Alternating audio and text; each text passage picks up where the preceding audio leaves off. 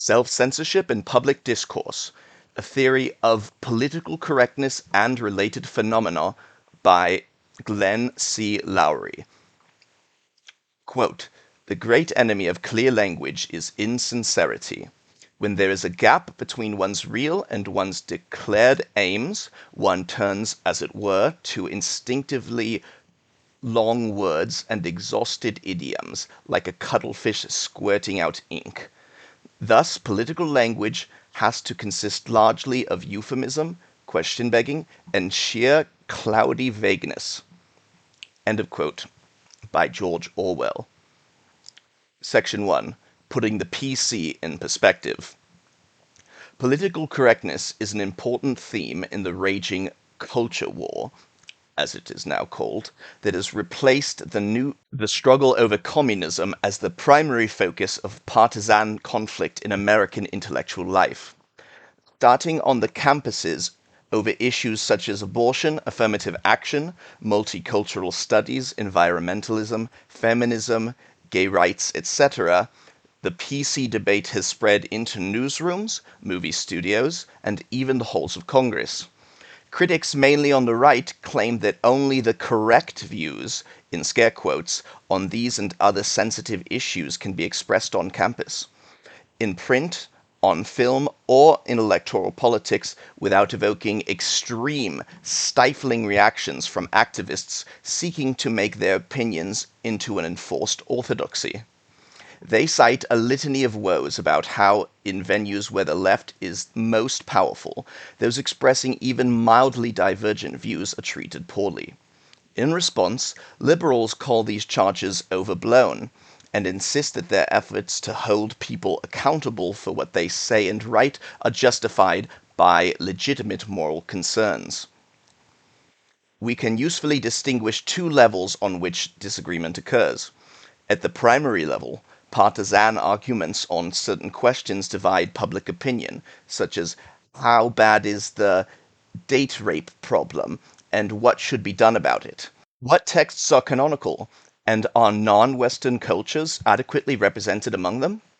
What causes the violence among young black men in the cities, and how can it be reduced?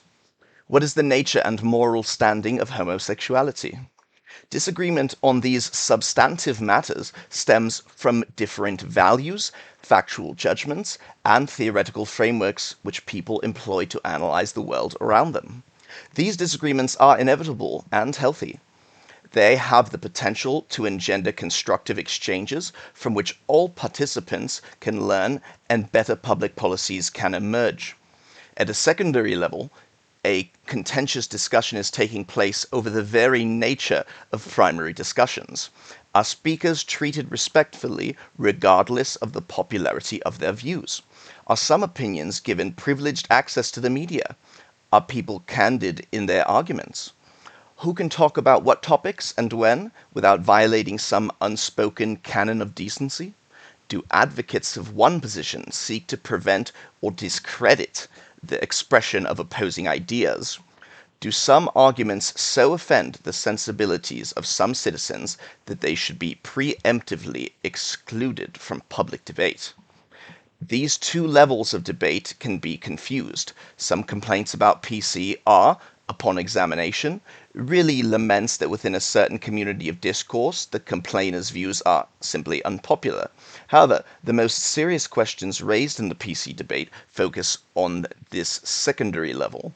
The fundamental issue is whether the climate for the voicing of opinion in important forums, and the universities are by no means the only forums of interest here, continues to permit a constructive, informative dialogue on vital matters of common concern. Increasingly, it seems to me, there is a reason to doubt that this is so.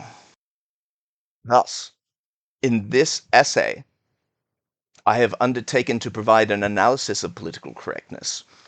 Unlike much that has been written on this topic, I will not waste time telling, quote, horror stories, unquote, about the excesses of PC zealots or lamenting their influence on the campuses. Instead, I will endeavor to lay bare the underlying logic of political correctness, to expose the social forces which create and sustain movements of this sort. Two preliminary observations will help to set the stage for the analysis.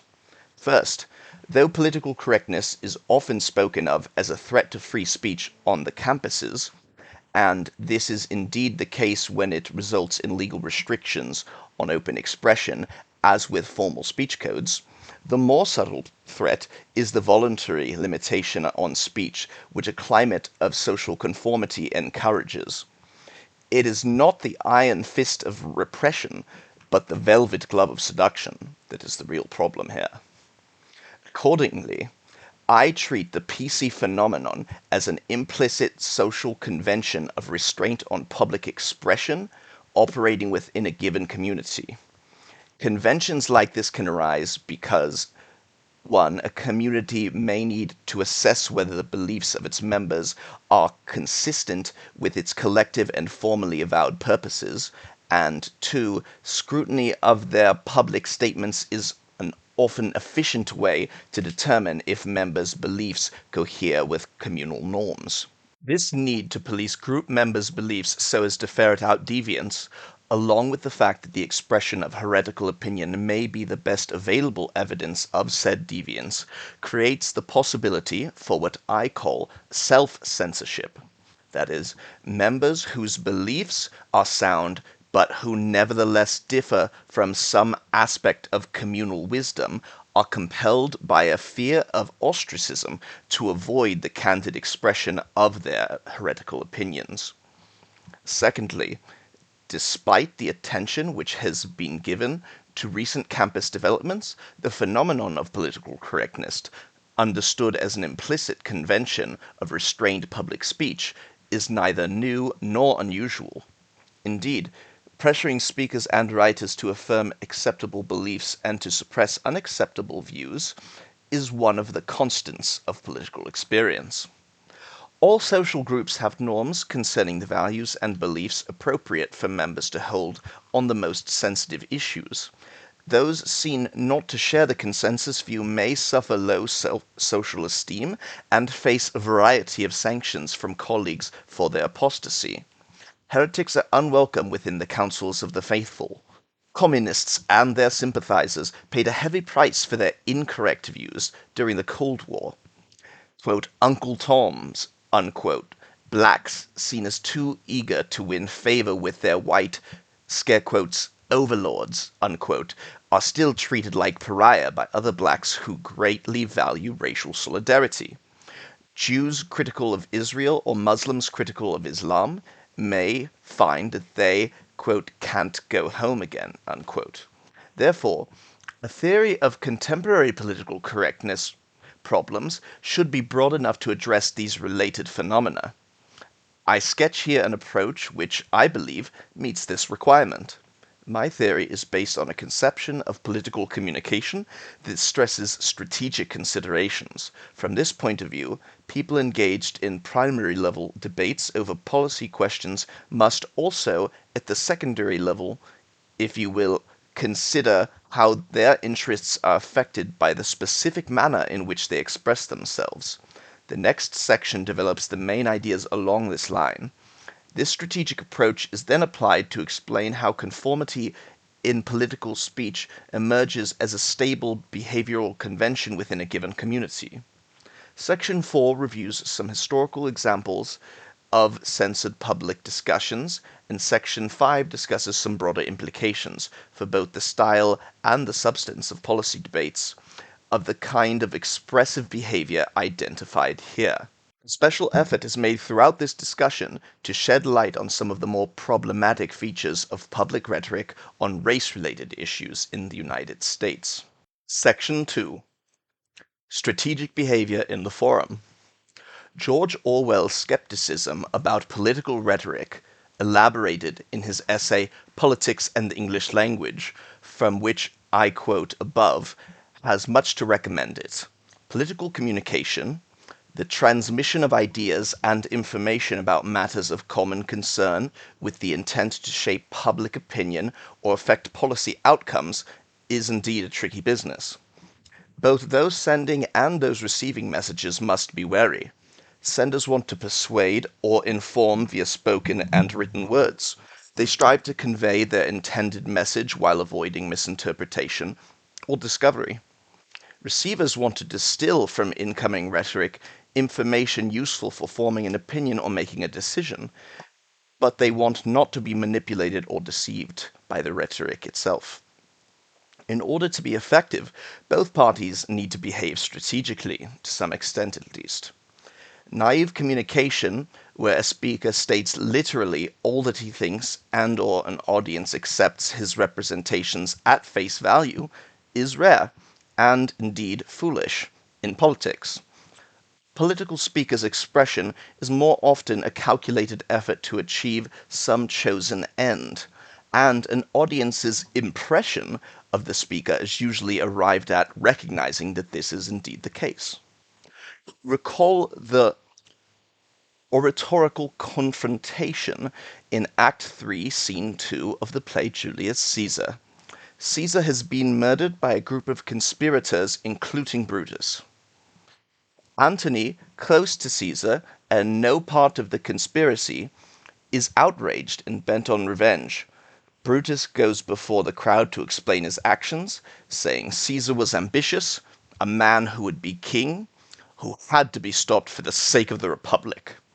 Quote, "Not that I loved Caesar less, but that I loved Rome more." End of quote.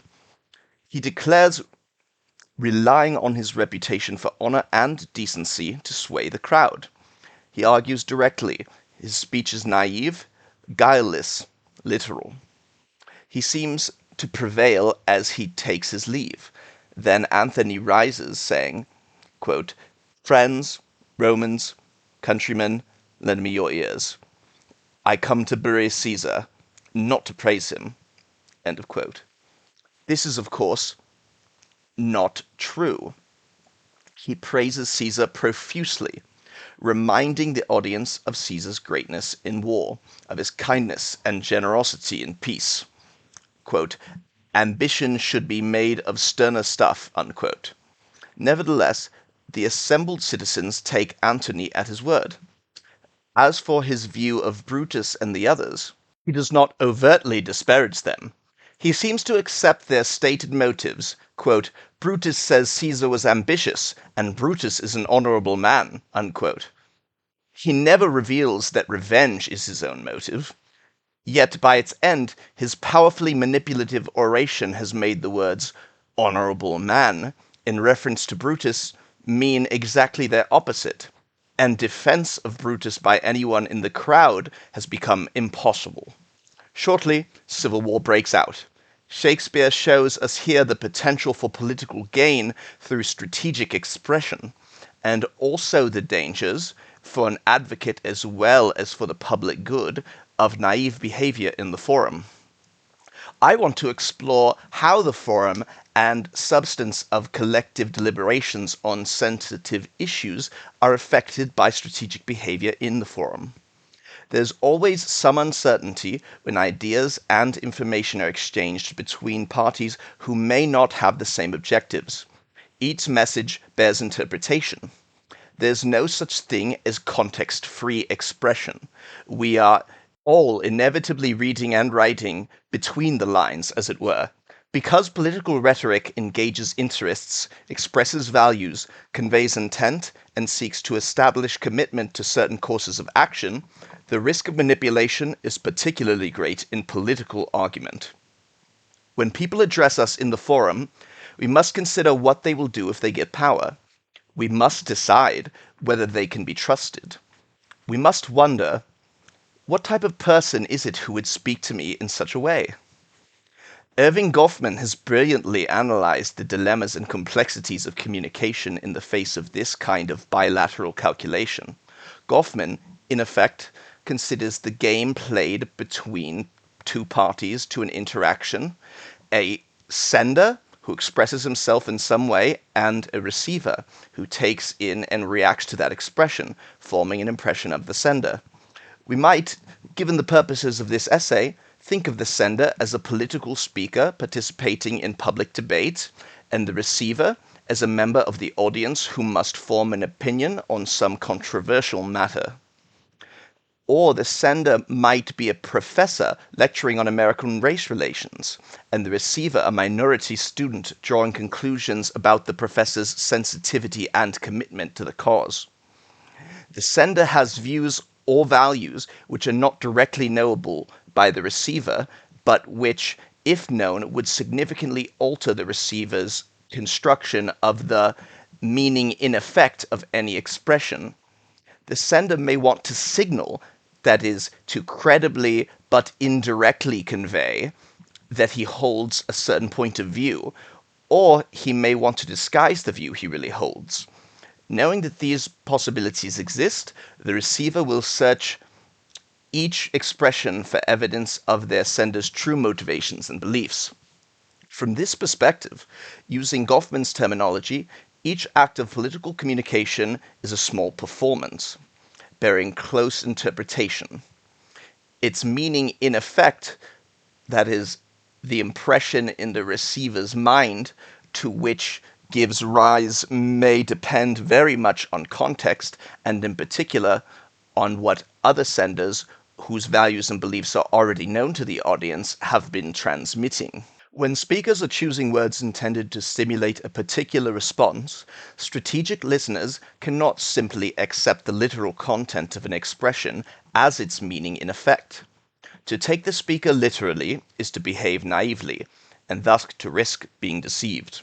Sophisticated listeners must look behind what is spoken or written in an effort to discern all that is implied by the act of speaking or writing in a given way. The sender of a public message intended to shape opinions and influence policy may have ultimate aims which are not apparent to his audience, and yet, because that sender's values, ideals, and intentions will shape the strategy he adopts in the forum, a proper decoding of his message requires knowledge of his ultimate aims. For this reason, interpretation of political expression involves, in an essential way, making inferences from the expressive act about the sender's motives, values, and commitments.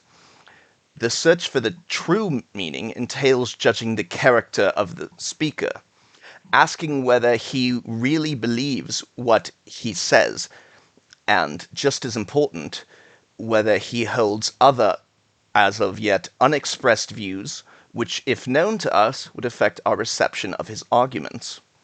At the same time, being aware that his speech act is subject to such interpretation, and wanting to create a desired impression, a skillful speaker will structure his message mindful of the inferences which listeners are inclined to make. He will try to use the patterns of inference established within a given community of discourse to his advantage. He will avoid some expressions known to elicit negative judgments or associations, and he will deploy others known to win favor with his audience or to cast him in a positive light. Thus, in the context of political communication, speakers and listeners, writers and readers, play an expression game. The appropriate behavior for every party depends on the strategies being used by all of the other players. An equilibrium in this game can be thought of as a convention governing the rhetoric used by senders and the strategies of inference and interpretation employed by the receivers, such that each party is content to behave as he does, given the pattern of behaviors adopted by all of the others. Take this essay as a case in point. It is indeed public and political, despite the academic veneer. To address the subject of, quote, political correctness, when power and authority within the academic community is being contested by parties on either side of that issue, is to invite scrutiny of one's arguments by would-be friends and enemies. Combatants from the left and right will try to assess whether a writer is for them or against them. How an essay like this is read and evaluated, what in it is taken seriously and what dismissed out of hand, depends for many readers on where they presume the writer is coming from, what they take to be his ulterior motives. This assessment, in turn, is based not simply upon words on the page, but also whatever else can be learned about the writer's character and commitments. One way to gain insight into the writer's values is to measure his treatment of certain sensitive themes against the standards set by others whose values may be known. It is even possible that some readers, based on what they think they know about my opinions from reading other things I have written or from knowledge of my general reputation, approach this essay with a strong prior assessment of the scare quote real purposes of my argument. That is, a neoconservative apology for the status quo. Let us say, knowing that I may be read in this way, which can either aid or damage my credibility, depending on the reader, I will, if perhaps unconsciously, edit my writing so as to avoid conveying the wrong, that is, unintended even if accurate, impression. I can pander to the presumed prejudices of my audience, or I can denounce them, or I can strive to dispel them, but in any event, I ignore them at my peril. Although this essay is an argument about how we argue in public, the discussion also engages substantive matters of controversy. Because I, Glenn Loury, am particularly interested in the structure of public discussion in the United States on racial matters, I occasionally point to those issues to illustrate general principles developed in the argument. For example, I refer to troubling aspects of the public debate on affirmative action. Some readers may question my motives for using these illustrations, suspecting that my argument about deliberative process is really a disguised argument about substance. They may take my observation that discussion of affirmative action is not always fully candid as an indirect attack on the policy itself, for instance. They may impute to me a hidden agenda. This possibility has implications for the form of argument which I should make here, if I wish to succeed in communicating my general ideas. I must tread carefully as I try to express my particular truth. If you will, read between the lines for my true meaning, that characteristic of my actual, if not fully expressed, sentiments, that I am determined to write between the lines, avoiding embracing certain code words, choosing carefully my illustrative examples, concealing some of my thinking while exaggerating other sentiments, so as to control the impression I make upon my audience. I want to write persuasively, but is that really different from manipulation? You want to be informed, or perhaps entertained, but you certainly want not to be fooled. Section 3. There is no entirely free speech.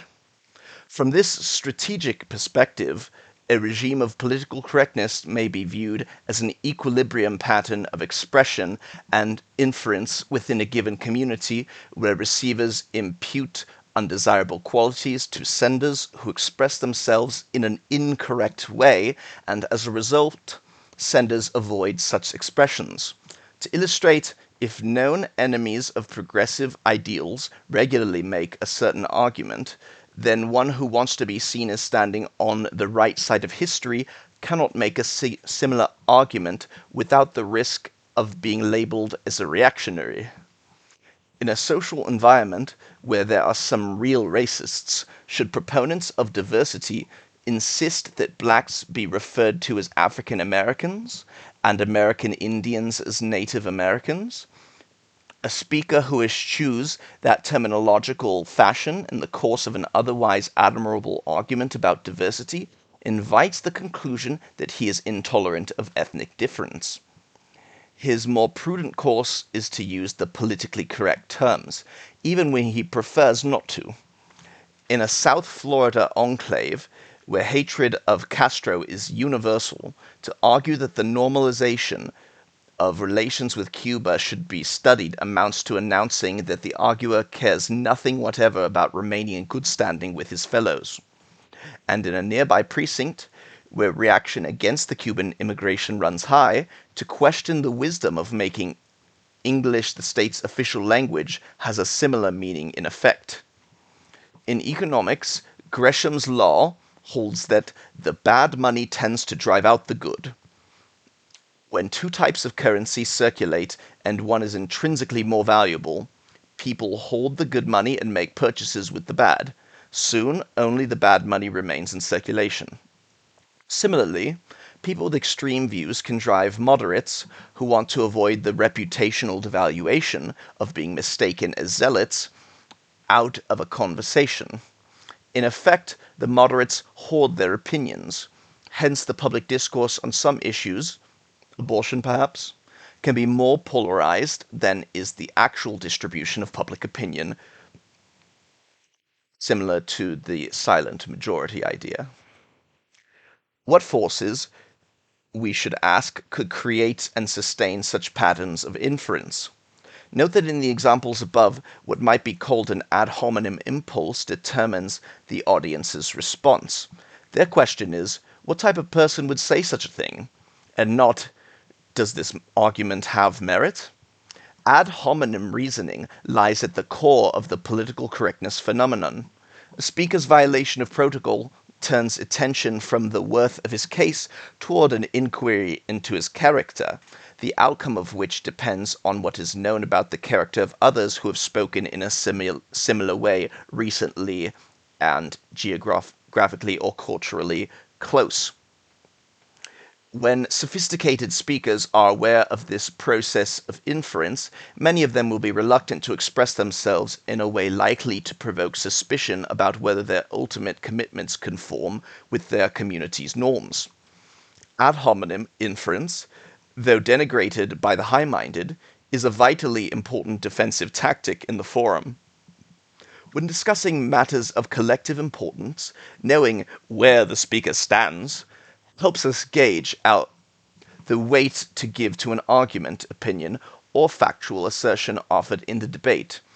If we know a speaker shares our values, we more readily accept observations from him contrary to our initial sense of things. We are less eager to dismiss his rebuttal of our arguments and more willing to believe facts reported by him with unpleasant implications. The reason for all of this is that when we believe the speaker has goals similar to our own, we are confident that any effort on his part to manipulate us is undertaken to advance ends similar to those we would pursue ourselves. Conversely, speakers with values very different from ours are probably seeking ends at odds with those which we would choose if we had the same information. The possibility of adverse manipulation makes such people dangerous when allowed to remain among us undetected. Thus, whenever political discourse takes place under conditions of uncertainty about the values of participants, a certain vetting process occurs, in which we cautiously try to learn more about the larger commitments of those advocating a particular course of action. If, by the various means available, an individual is discovered not to share in the deepest value commitments of a particular community, the reaction may well be to exclude that person from participation in future deliberations, and to disparage him publicly for his deviance. The social ostracism, verbal abuse, extreme disapproval, damaged reputation, and loss of professional opportunity which can occur when one is judged to be deviant from some strongly held moral consensus are very unpleasant experiences. When there is broad agreement concerning what are acceptable and unacceptable opinions, prudent persons will conduct themselves so as to avoid giving gratuitous offense to received orthodoxy. Those who speak in flagrant violation of the conventional wisdom must know the risks they are taking and must therefore be acting in full recognition of the possible consequences.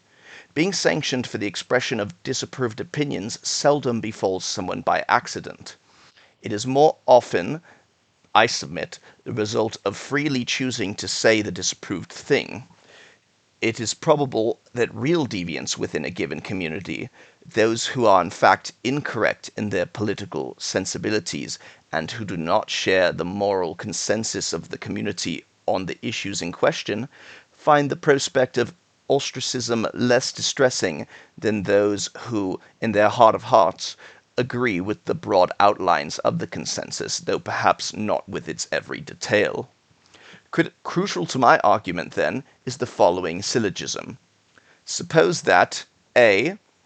Within a given community, the people who are most faithful to communal values are, by and large, also those who want most to remain in good standing with their fellows, and B.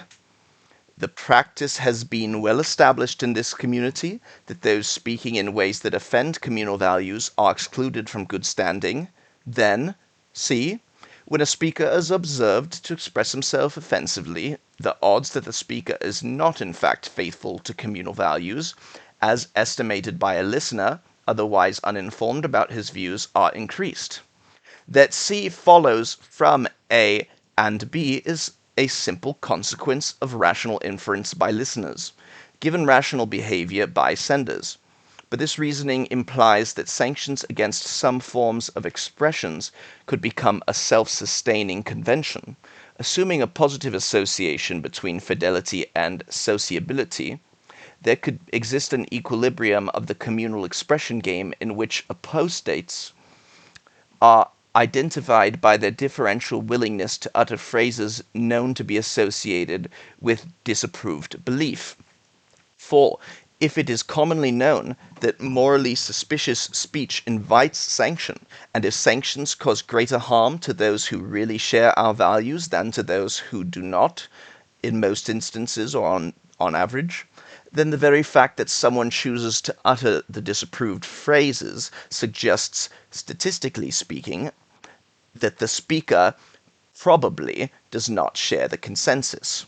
Suspicious speech signals deviance, because once the practice of punishing those who express certain ideas is well established, the only ones who risk ostracism by speaking recklessly are those who place so little value on sharing our community that they must be presumed to not share our dearest common values.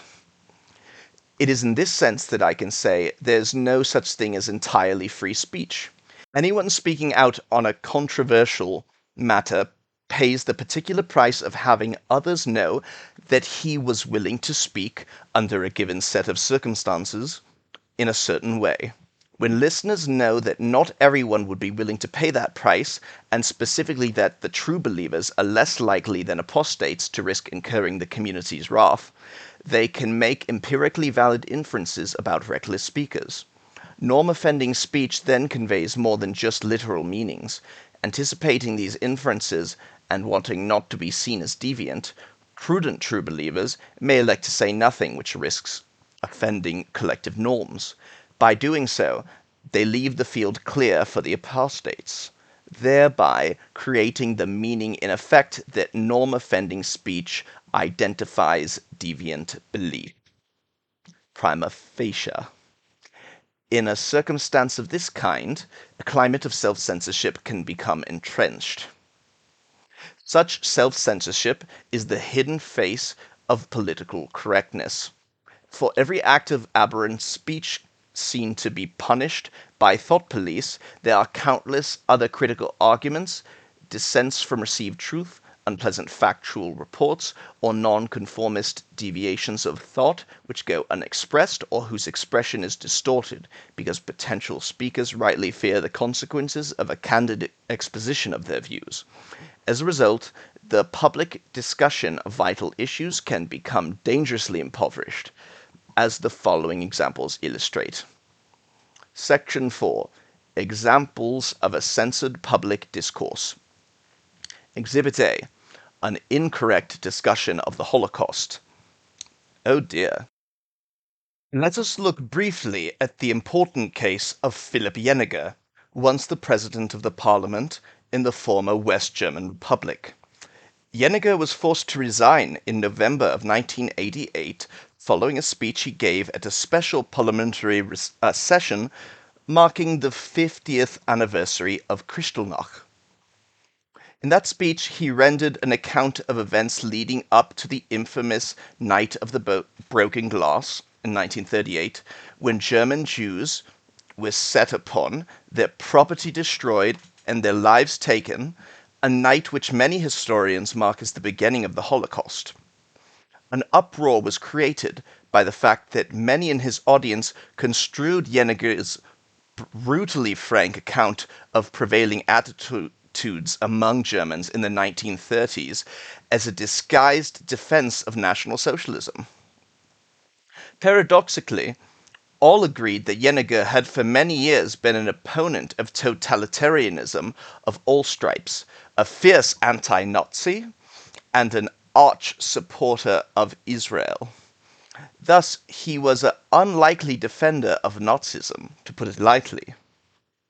No one accused him of being anti-Semitic. However, even before his speech had ended, there were demonstrations of anger from some in the audience who, finding his words profoundly offensive, rushed ashen-faced from the chamber. Yet, virtually all reviewers who examined the speech concluded that he had said nothing untrue, malicious, or defamatory. He simply said things that some people did not want to hear in a manner that they were unwilling to accept. The context of his remarks, and perhaps more importantly, the voice he employed during a part of the speech, made his utterances impossible for Germans to accept. According to one analyst, his mistake was that he had such confidence in his reputation as a friend of the Jews and of Israel that he believed he did not need to use the subjunctive mood or some other grammatical distancing device when making what would otherwise be perceived as noxious statements. Jenneger began with a forthright condemnation of Nazi violence. Quote, "What took place 50 years ago today in Germany had not been seen in any civilized country since the Middle Ages. The violence was a measure planned, instigated, and promoted by the government itself. The German people remained largely passive. Everyone saw what was happening, but most people looked the other way and remained silent." However, he was equally direct in conveying the positive perception which most Germans had of Nazi leadership. At one point, Jenneger imagined, as though he were thinking out loud, how a typical German citizen must have viewed the political successes of Hitler after a humiliating defeat in the earlier war. Quote, "There is hardly a parallel in history to Hitler's series of political triumphs in those first years. The reintegration of the Tsar, a mass arms buildup, the occupation of the Rhineland, the so-called annexation of Austria, creating the Großdeutsches Reich, and finally, only a few weeks before the November pogroms, the Munich Agreement, the partition of Czechoslovakia, the Versailles Treaty was now really only a scrap of paper. The German Reich had suddenly become the greatest hegemonal power of the old continent." And perhaps most seriously, using a matter-of-fact tone meant to convey that these opinions were not at all extraordinary for the time, Jenneger vividly called to mind the suspicion of and contempt for Jews that many Germans felt. And, as for the Jews, hadn't they in the past arrogated a role unto themselves that they did not deserve? Was there not a need for them to finally start accepting restrictions? Had they not perhaps merited being put in their place? And above all, didn't the propaganda, aside from wild exaggerations, not to be taken seriously, correspond to people's own suspicions and convictions? Yeah. Nevertheless, Jenneger's overriding purpose clearly was to engage in a serious moral discourse, for he dealt directly with the horrors that were to come, seeing in them the unavoidable conclusion of the Nazis' political logic. Quote, "After the death factories were built, the offenders replaced the executioner with grotesquely exaggerated industrial methods of vermin control. In keeping with what they said regarding the need to exterminate the vermin, we Germans do not want to close our eyes to this last and very horrible fact. Dostoevsky once said, "If God did not exist, everything would be permitted." This turned out to be prophetic anticipation of the political crimes of the 20th century. He went on to quote from an SS man's account of the machine gun mass killing of many hundreds of Jews. A soldier sits idly, smoking a cigarette, legs dangling over the edge of a huge pit which is being filled with the bodies of Jewish victims. Even on the printed page, the passage is shocking. That, of course, is what Jenneger intended. Yet by speaking in this way, he was doubly offensive, paying insufficient deference to the sensibilities of the descendants of either the victims or the perpetrators of the Holocaust. Telling this particular, unpalatable to put it lightly, truth in the way that he did violated an unannounced but commonly understood taboo, and cost him his political career for it. Philip Jenneger's experience illustrates a complex social reality. His personal sentiments, as evidenced by a lifetime in politics, could not have caused his downfall. On the contrary, it was his liberal reputation itself that led him to believe he could get away with such a graphic truth-telling. And though everyone acknowledged the literal truth of his claims, in the end this seemed not to matter. Many even affirmed the importance of his evident goal with the speech, that is, encouraging modern Germans to look candidly at their history, the better to avoid repeating it. Still, by violating a taboo against any expression which might be construed as sympathetic with this period in German history, by offending an etiquette of discourse that prevents the full truth of the period from being faced, by failing to limit himself to the platitudes which, though showing due deference to collective sensibility, cannot possibly advance the moral discussion, he committed an unforgivable offense. Jenneger, it could be said, suffered the wrath of political correctness. But glibly comparing this event with the problems of dissenters from some campus orthodoxy risks missing its true significance. The limitation on public discourse in his national community, which Jenneger's fate underscores, is a profound phenomenon that reflects powerful social forces at work in many other contexts.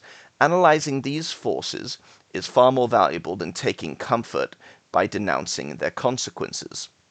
The case at hand illustrates how the effective examination of fundamental moral questions can be impeded by the superficial moralism of expressive conventions. If exploring an ethical problem requires expressing oneself in ways that raise doubts about one's basic moral commitments, then people may opt for the mouthing of right-sounding yet empty words over the risks of substantive moral analysis.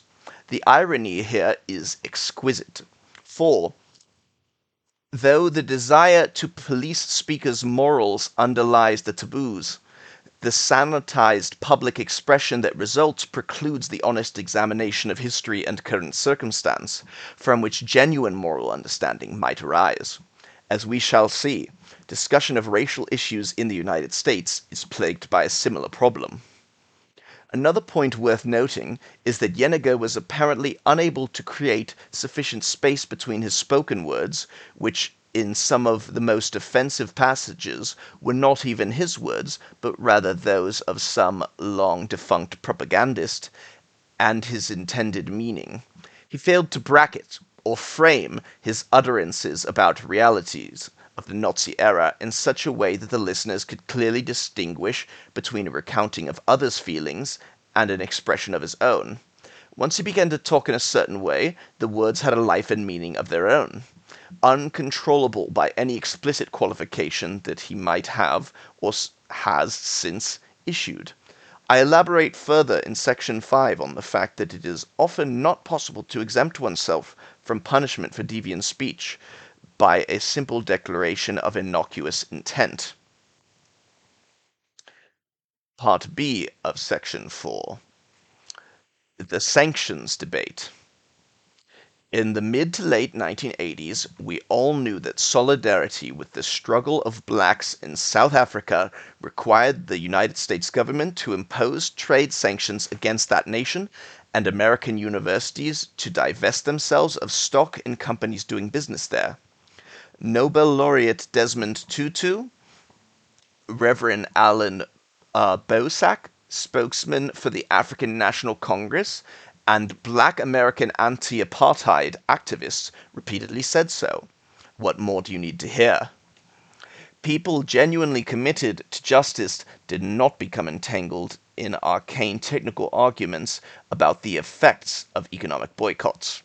Nor were they unduly concerned about the possible deleterious impact of sanctions on black South Africans, since the most visible proponent of that argument was the racist government, at least contemporaneously. Remarkably, even those South Africans who had spent a lifetime fighting apartheid, but who opposed sanctions because they thought the policy would do more harm than good, Helen Suzman, for example, were not taken seriously by American activists, who, we should assume, thought they knew better. Because President Reagan's policy of constructive engagement was universally viewed by campus activists as morally bankrupt, few college administrators openly countered demands for divestment with the plausible claim that instead of selling stocks, the institutions could accomplish more by being constructively engaged through educational exchanges and the like with the South African people. Moreover, even to propose an analysis of the impact of sanctions with the judgment about their advisability contingent upon the outcome was to tread on politically dangerous ground. There was a consensus among decent people of the need to stand in solidarity with the victims of racism. We don't have time for facts. Consider the dilemma of a politically liberal university president during this period. Whether or not he believed in the efficacy of the sanctions policy, he could not credibly claim to be ignorant either of what this action had come to mean in effect, or of the student's knowledge of his knowledge of its meaning. If he nevertheless chose to resist student demands for radical change in university investment policies, saying, divestment is a well-intentioned but unwise policy for our university, there are better ways for us to proceed, then he must have intended that the students draw the inference that he was an obstructionist of doing a progressive thing. Most college administrators and trustees, dubious about the morality or wisdom of divestment, found the prospect of this reaction from students to be unpalatable. It is plausible to suppose that those college presidents with a greater than average commitment to the fight against racism would have also been more concerned than the typical administrator about adverse student reaction. Thus, though they may have thought divestment unwise, such people, not wanting to risk damage to their reputations as good liberals, would have succumbed early to student pressures to divest. Over time, those college administrators openly resisting divestment came more and more to consist of persons who, by their other public utterances and actions, had given evidence of a lack of fidelity to progressive causes. This made it even more difficult for their genuinely progressive but dubious colleagues to voice their doubts about divestment, or, for that matter, about the tactics, for example, tents on campus green, occupation of administrative offices, and the like, employed by student protesters promoting the policy. In the end, resistance to the policy became an accurate signal of lack of commitment to the cause, since the truly committed who doubted the virtues of the policy had censored themselves, while the truly uncommitted continued openly to oppose the policy. This process took place not just on campuses, but in legislatures, and on op-ed pages as well. An important consequence of these developments was that sustained rational discussion of the many complex ethical and political considerations raised by the sanctions policy and by the tactics used to promote it simply did not take place on the campuses in those years. Discussions were taken without the benefit of a full analysis and debate. This highlights an elemental and potentially dangerous logic which can operate in a climate of self-censorship. A certain course of action is imbued with a symbolic meaning and effect, quite apart from the real-world consequences of its pursuit. Expression of doubt about the wisdom of this course of action is suppressed because dissenters want not to be labeled as deviant from some communal norm. As a result, the policy is pursued willy-nilly and on a broad scale, with perhaps benign but perhaps disastrous consequences. Since the alternatives are never properly studied, one cannot be sure. In any case, the consequences, which should be the primary consideration, become subordinated to the goal of expressing virtuous sentiments, what we now call virtue signaling. I am not arguing that the sanctions policy was in fact disastrous, merely that it was often pursued without due consideration of its objective consequences, or sometimes in spite of what were thought to be the likely results. Perhaps as important to the universities, decisions about the handling of student protests on behalf of the policy were colored by a concern for the negative symbolism that applying discipline in that context was sure to have. The inaction of those years set precedents which have outlived the sanctions debate. Moreover, instead of a university's decision on divestment, consider a nation's decision about whether to wage war or a union's decision about whether to strike. The same dangerous logic well might apply. Yet now, when opposition to the proposed course of action takes on a meaning in effect that precludes vigorous deliberation on its merits, the result could be that enormously harmful actions affecting millions of lives will be wrongly undertaken.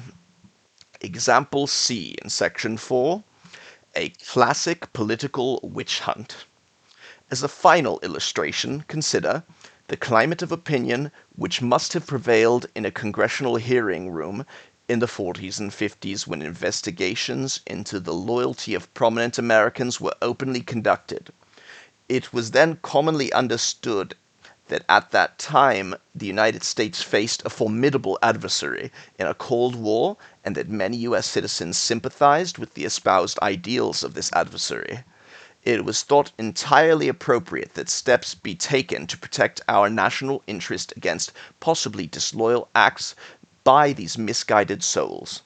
Some of these steps, to be sure, raised constitutional questions, but one had to weigh the relative importance of liberty and security. After all, there were real communists among us, committed to advancing the agenda of the Soviet Union. In this sense, the analogy to the Salem witch trials is not quite apt, because in that case there were no witches. Besides, who exactly were these people voicing such vehement procedural objections to the employment of reasonable safeguards against possibly damaging breaches of security?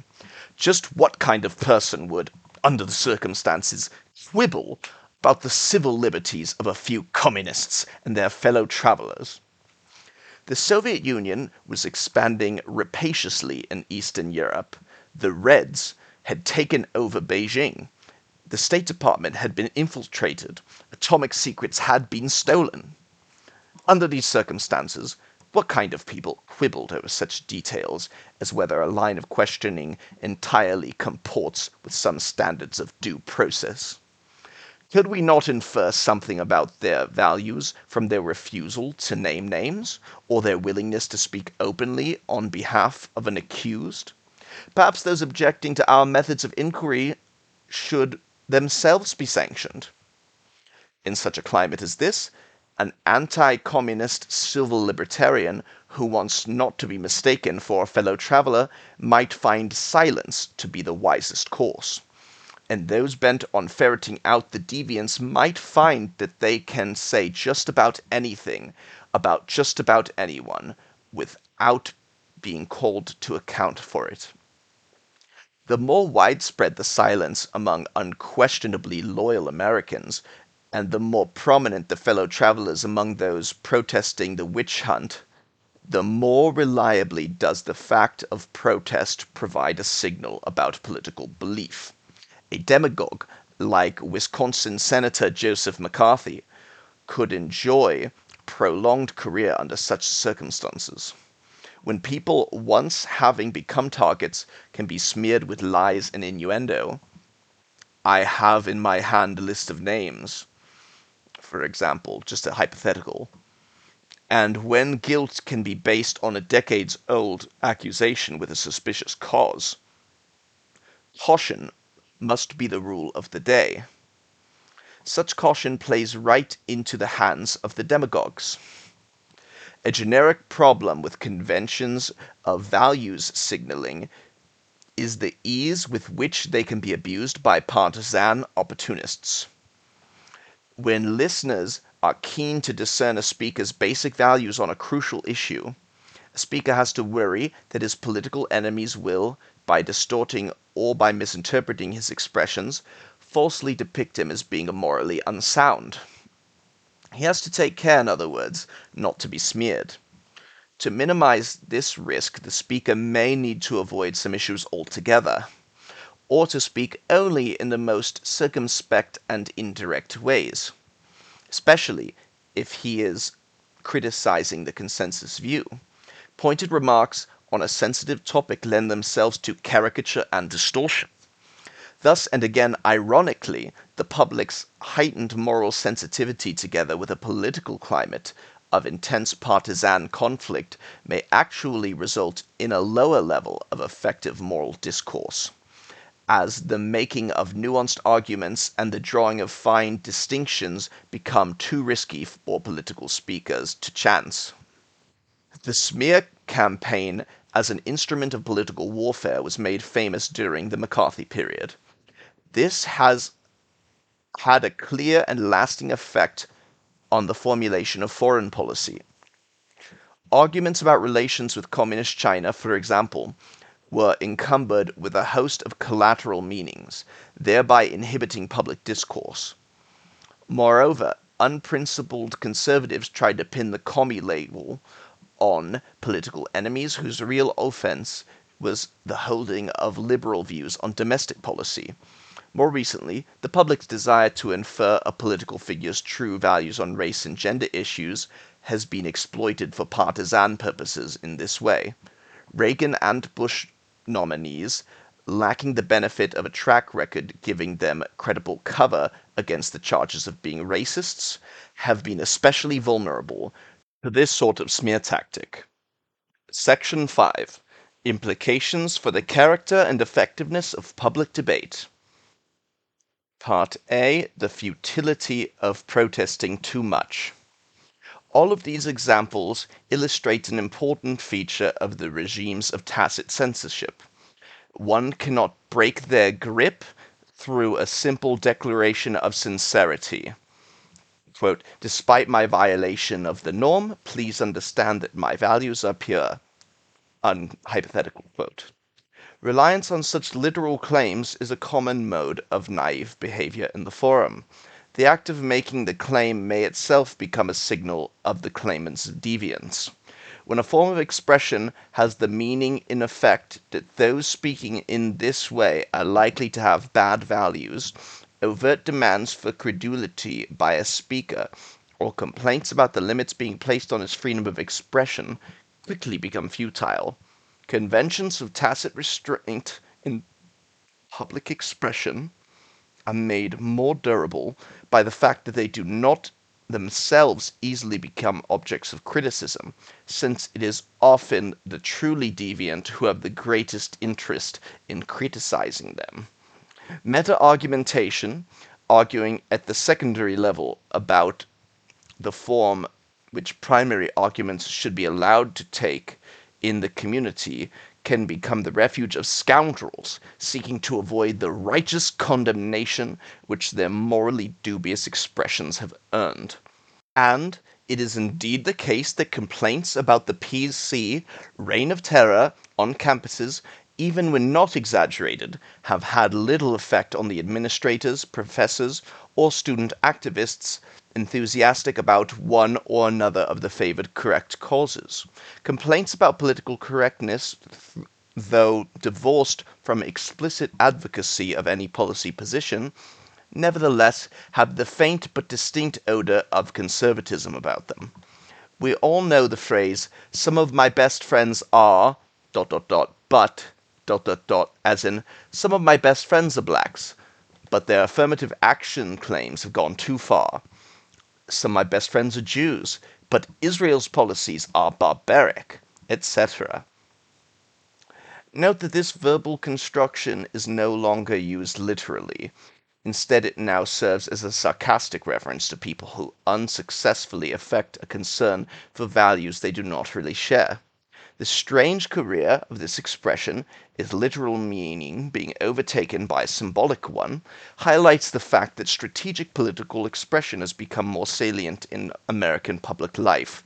Literal use of the phrase is now patently naive, though the purpose of the some of my best friends clause is to spare the speaker ill judgment about his values as the but clause is spoken. It serves instead to alert listeners that a bigot statement is about to come. Listeners know that the speaker is aware that people making such statements are suspected of racism, or anti-Semitism, misogyny, sympathy for communists, homophobia, etc. After all, issuing the qualification acknowledges the suspicious nature of such talk in the first place. Aha! Guilty. As charged. What type of person, the listener asks, requests this exemption? A bad person, I suspect.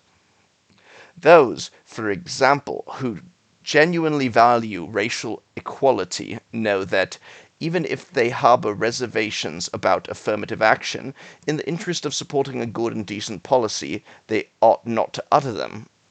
And those less interested in racial equality can be relied upon to see no such constraint.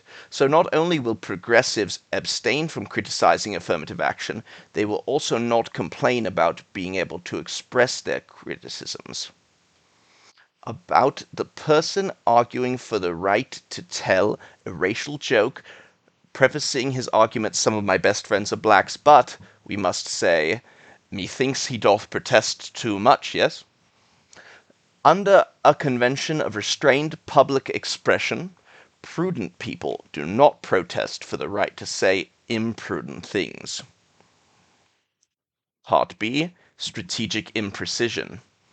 In Politics and the English Language, Orwell, describing the poor state into which political writing had fallen in post-war England, observed, quote, "The word fascism has now no meaning except in so far as it signifies something not desirable.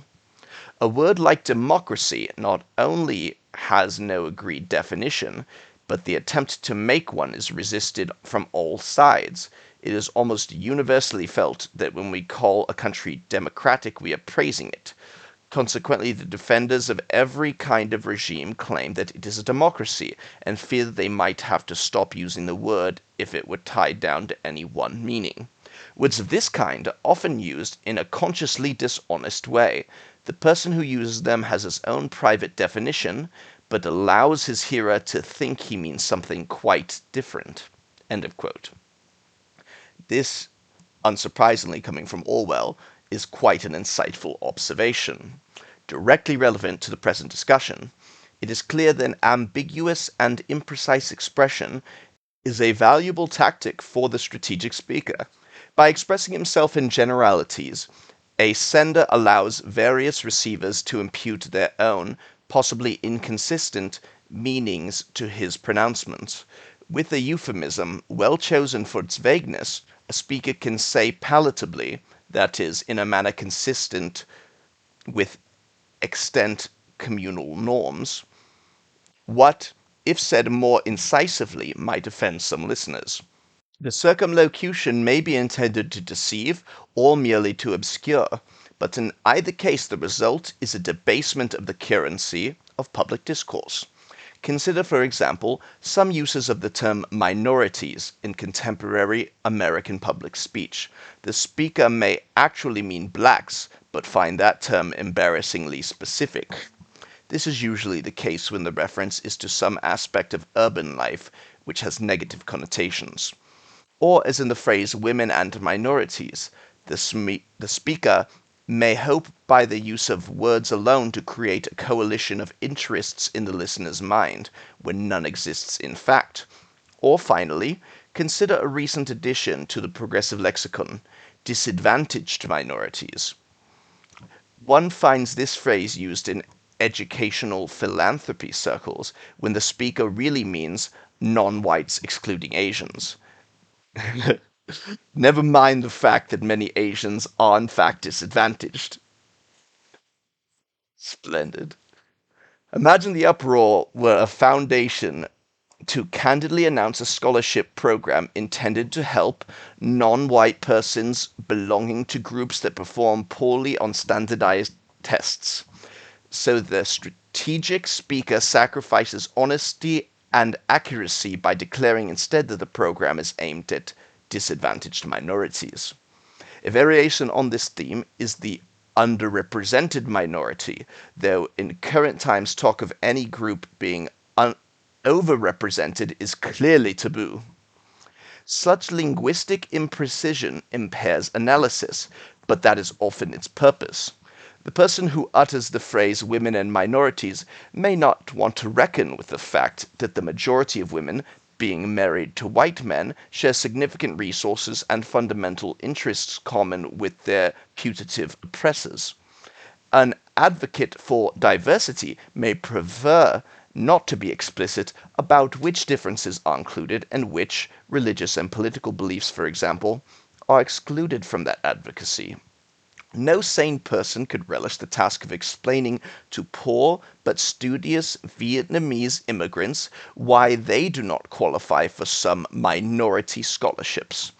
And if one wants to accommodate more underrepresented black and Hispanic students at a university by admitting fewer whites but not fewer Asians, then one surely would rather not dwell on the statistical overrepresentation of the latter. Another way in which the lack of clear language can be helpful is illustrated by the use of emblematic speech to signal moral values. The speaker advertises his beliefs by using words in a way that, for political or aesthetic reasons, someone not holding that belief would never emulate. Then the speech act has the effect of waving a banner: queers, at-risk group, institutional racism, fascist America, differently abled person. When words are spoken in a given manner, only by those holding a discrete set of opinions, their use in this way signals that the user adheres to that party's line. Two strangers conversing on an aeroplane feel each other out to learn if they have similar views on matters which it would be better to avoid were they to become a source of disagreement. Such conversations involve the tentative and halting display of one's position by use of emblematic speech. Each speaker, seeking recognition and reinforcement, looks for the positive feedback which encourages that candor in discussion possibly only among the like-minded. The dialogue may evolve into an intense and intimate exchange, or it may lapse into vague and meaningless banter, depending on what the speakers are able to learn about one another. If real communication eventually occurs, the path to it will have been paved by overtures of calculated imprecision. Alternatively, consider a political speaker addressing a crowd in the forum. If the significance of some words as signals of belief is known only to insiders, their use in public allows the speaker to convey a reassuring message to some listeners: I share your values, without alarming the others. These words are coded emblems of belief. A racist politician might use code words: welfare queen, criminal element, states' rights, to appeal to like-minded voters, while maintaining what in the intelligence world is called plausible deniability of this motive. If challenged, the speaker exploits the code word's ambiguity of meaning and claims that he intended no offense. Once words become emblems in this way, speakers with different values, who want not to risk being misunderstood, must abandon their use altogether. Part C of Section 5, Multiple Audiences. The use of code words is characteristic of a situation where the speaker faces multiple audiences, distinct communities of listeners that do not share communal norms. This situation is rich with strategic possibilities. The presence of distinct audiences may lead to more candid expression, as each group keeps the speaker honest on issues of concerns to the other. Or, if one audience is naive and the other sophisticated, the duplicitous speaker may talk over the heads of the naive listeners to get his true message across to those in the know. In contemporary life, this is what they call a dog whistle. Another possibility, frequently observed with discussion in mixed company, is that standing to address an issue is restricted to a certain class of persons who have what I will call natural cover. These are people who, because of their group identity, are not immediately presumed to have malign motives for expressing themselves in a potentially offensive way. Thus, blacks, but not whites, can make movies or report news stories on the problem of skin color prejudice, which continues to affect African American society. Women, but not men, can publicly question whether, in a given case, the crime of date rape has been manufactured on the morning after by a victim who wishes she had made a different decision about sexual intimacy the previous night. The censorship in these cases is partial. Those who have cover express themselves freely, those who lack it must be silent. When the combination of an ascriptive trait with an offending expression is necessary to mark the speaker as bad, words spoken in mixed company have a meaning in effect that is contingent upon who has spoken them. A white is taken to be racist if he says nigger, but blacks use the term all the time. That's what I heard too. Used by blacks, its meaning ranges from an endearment to an epithet. But for whites, whatever their intent, it can only be an epithet. When the effective meaning of some expression is contingent on both the speaker and the audience, then the rules of permissible expression in mixed company will generally differ from those applicable to homogeneous gatherings. Men talking among themselves have rules concerning what can decently be said about women, but these are generally less restrictive than the ones governing a mixed conversation. This is one reason why the token woman, the only one at a table of men, can be more than marginally significant. She may have only one vote, but by her presence, and without saying a word, she can profoundly influence the tone and substance of the debate by narrowing the boundaries of legitimate discourse.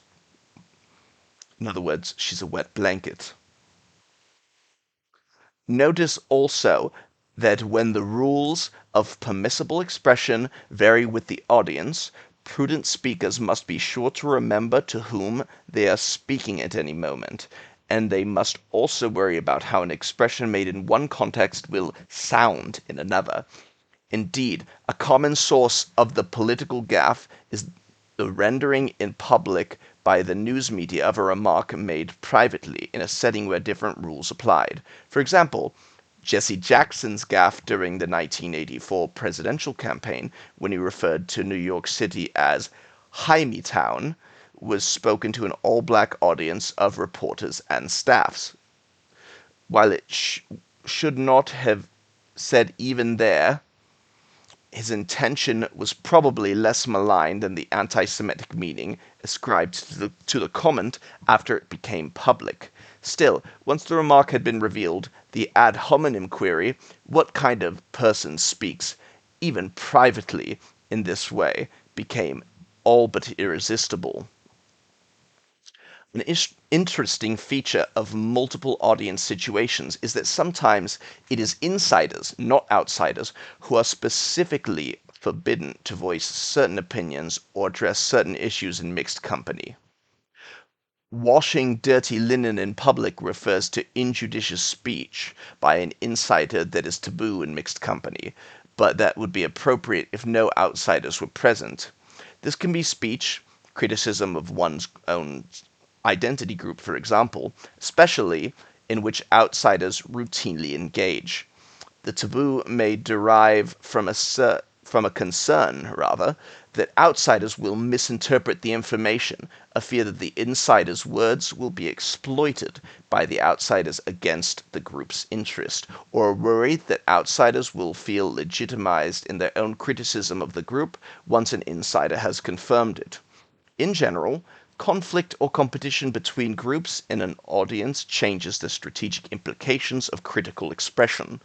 If a partisan opponent criticizes our party, we respond by saying that the critic doesn't know what he's talking about, and in any case seeks only to discredit us.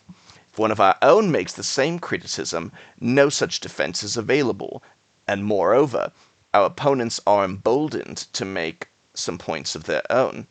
The insider critic is more persuasive than the outsider because he has superior information about group functioning, and his criticism is more likely to be motivated by a genuine concern for the group's welfare.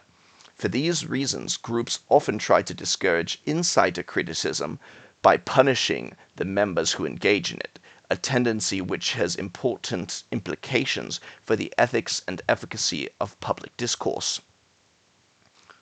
I am often struck, that is I, Glenn Loury, by the intensity of critical debate among Black Americans over such issues as the social problems of the underclass when that debate takes place out of the hearing of whites.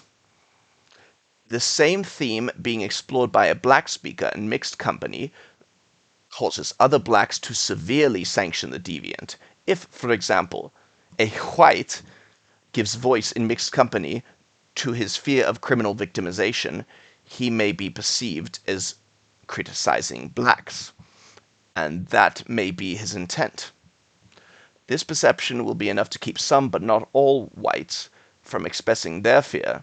But if a black in that audience supports or confirms the white's feeling, when everyone knows that complaint over the criminal element has racial connotations, he courts serious trouble with other blacks. So does the black who worries publicly about the fairness of affirmative action. Both are expressing themselves in ways that cause their fellows to question their basic commitments. By departing from the convention of restrained expression, they are seen as violating a cardinal principle of group loyalty. Though, as Albert Hirschman has noted, the willingness to deviate in the face of sanction for the sake of the group's welfare, as one understands it, might be seen as an expression of true loyalty. It is therefore not surprising that these deviants are often accused of being racially inauthentic. Breaking of the no-group criticism in mixed company taboo raises in the minds of blind loyalists the question of whether the critics are genuinely black.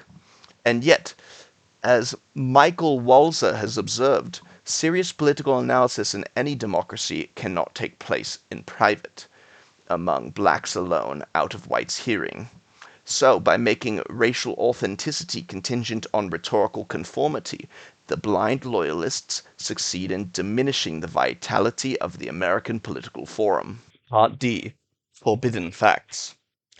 The French intellectual Jean-François Revel, lamenting the difficulty of keeping the truth about the Soviet Union before the West European public, observed, It is around the circulation of facts that the taboos are strongest in the evolution of public information and debate.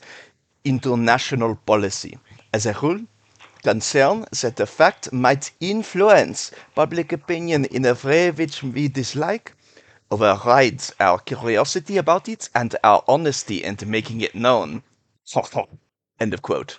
Revell identified three reasons for these taboos. One, leftists who embraced socialist ideals saw criticism of the Soviet Union as a disguised attack on socialism in general. Thus, they avoided it themselves and looked askance at people willing to sound the alarm. Two, conservatives seeking a more militaristic posture justified their policy argument by characterizing the Soviets as aggressors. So, to counter their arguments, evidence of Soviet aggression had to be denied. Prospect that the nuclear superpower to the east might actually pose a threat to the European democracies was so frightening that many people simply preferred to deny the reality of the threat, hiding their heads in the sand. These observations are relevant to our general analysis of censored public discussion. Notice that points 1 and 2 above both involve strategic factors. If reporting a fact symbolizes that the reporter has bad values or strengthens the hand of those on the wrong side of the public debate, then prudent people with good values, who want to be seen as standing on the right side of history, do not report that fact. If some truth about the world is inconsistent with a firmly held communal view, listeners may punish the messenger who asserts that truth, reasoning that only someone who disdains the value acts so as to undermine it. Anticipating this punishment, investigators will not only be dissuaded from saying what they know, but also from asking questions which might have unpleasant answers. When rhetoric about facts comes in this way to signal one's values on an important ethical matter, the identification and analysis of significant social problems can be impeded. This problem is classically illustrated in the historic conflicts between religion and science. Galileo was forced by the church to recant his views. Christian fundamentalists have attacked the teaching of evolution. But in our time, other secular motivations for suppressing facts and limiting analysis loom larger. Scientists look into the genetic basis, if any, for gender or racial differences in behavior, have met with vocal opposition from women and minorities who regard the very act of such speculation to be evidence of bigotry. The search for biological factors influencing violent behavior have been denounced as racist, though this plausible hypothesis has no evidently racial connotation. Yet, and ironically, speculation that sexual preference is not rooted in biology has been denounced as well, and by the very same people.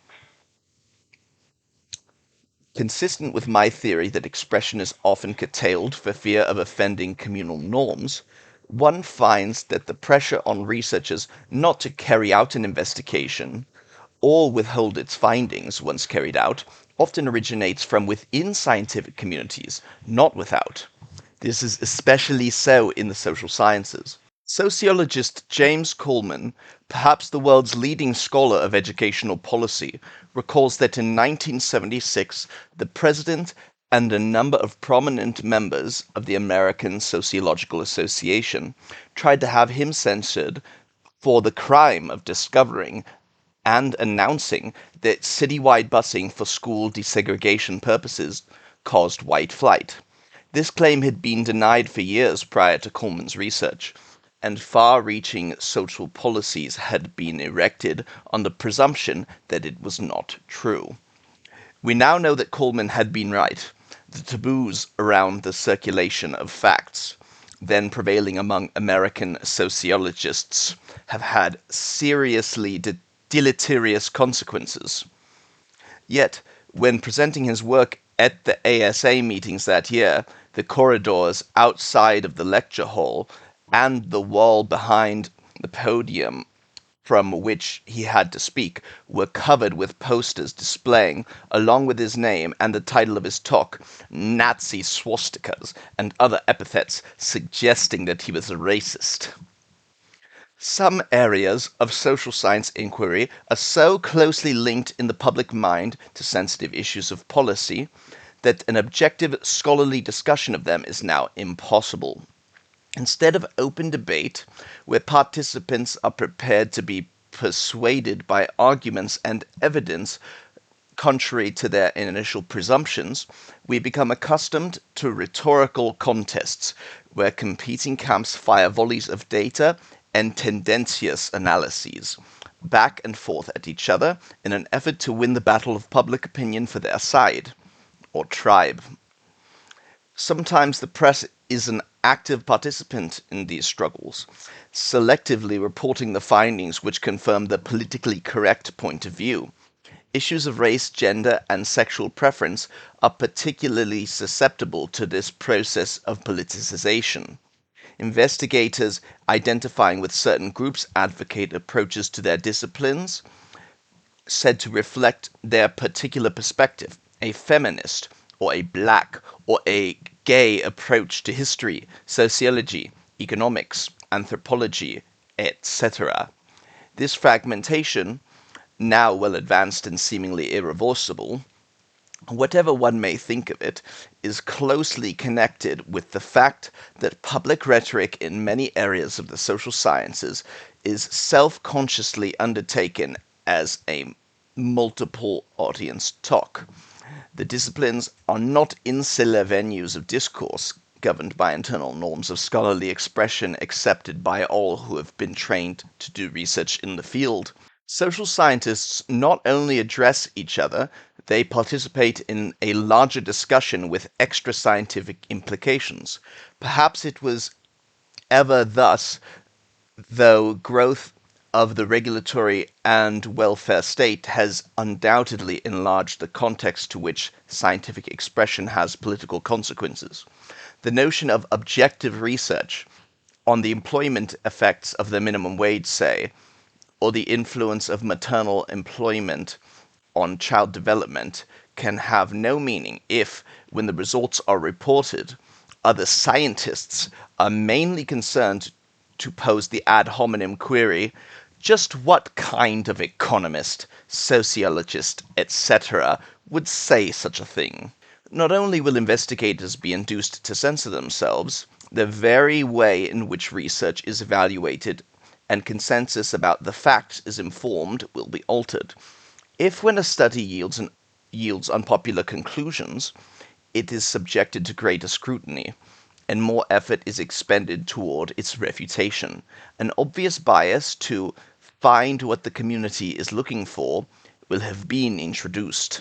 Thus, the very way in which knowledge of the world around us is constituted can be influenced by the phenomenon of strategic expression. Section 6. Conclusion. There are many questions which remain to be investigated. Why do certain issues seem to be especially effective vehicles for the tacit communication of the values of those who speak and write about them? Who, if anyone, chooses the vocabulary of symbolic expression?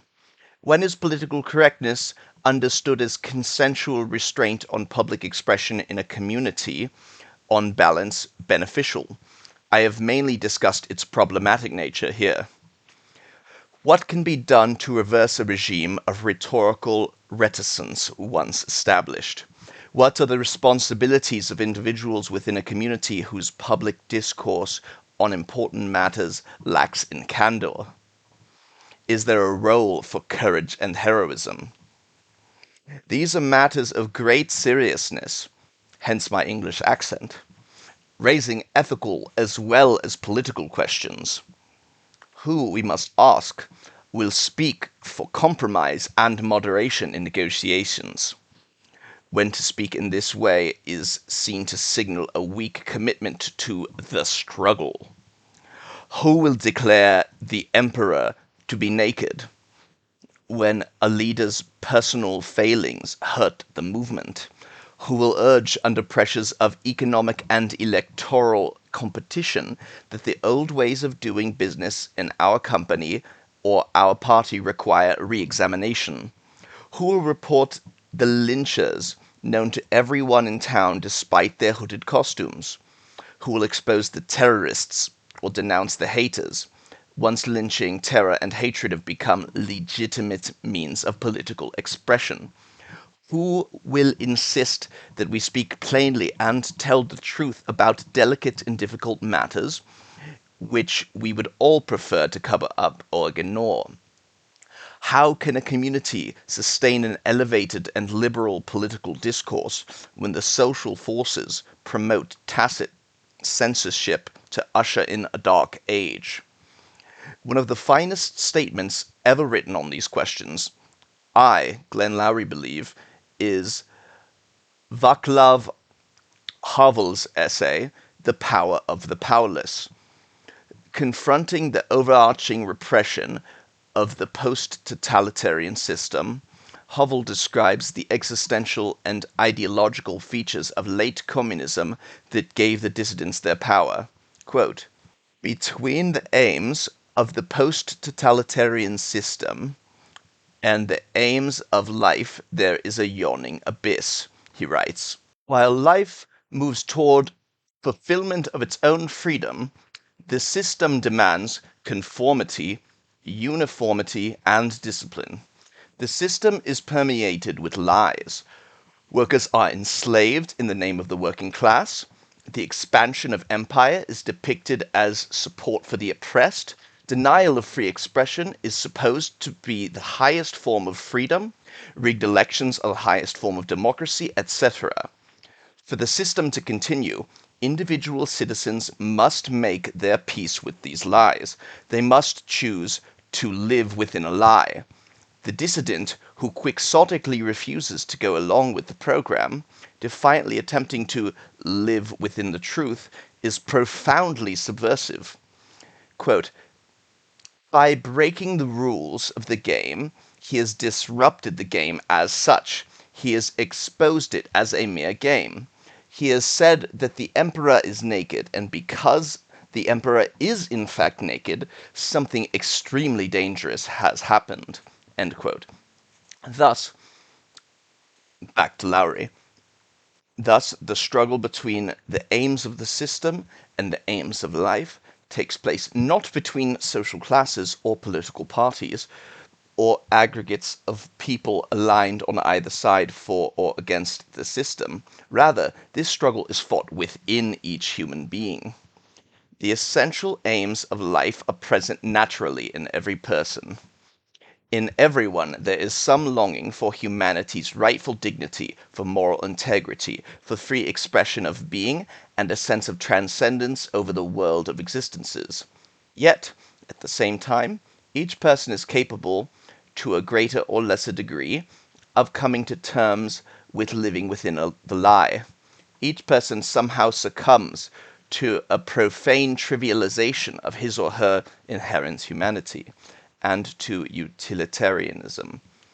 In everyone there is some willingness to merge with the anonymous crowd and to flow comfortably along with it down the river of pseudo-life.